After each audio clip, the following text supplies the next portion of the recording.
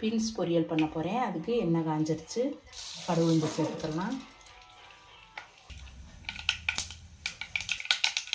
சின்ன வெங்காயம்,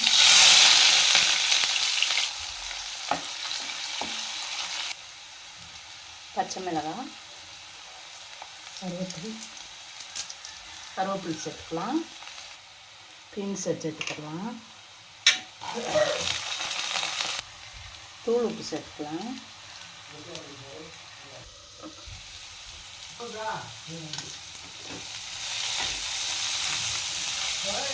ஓய்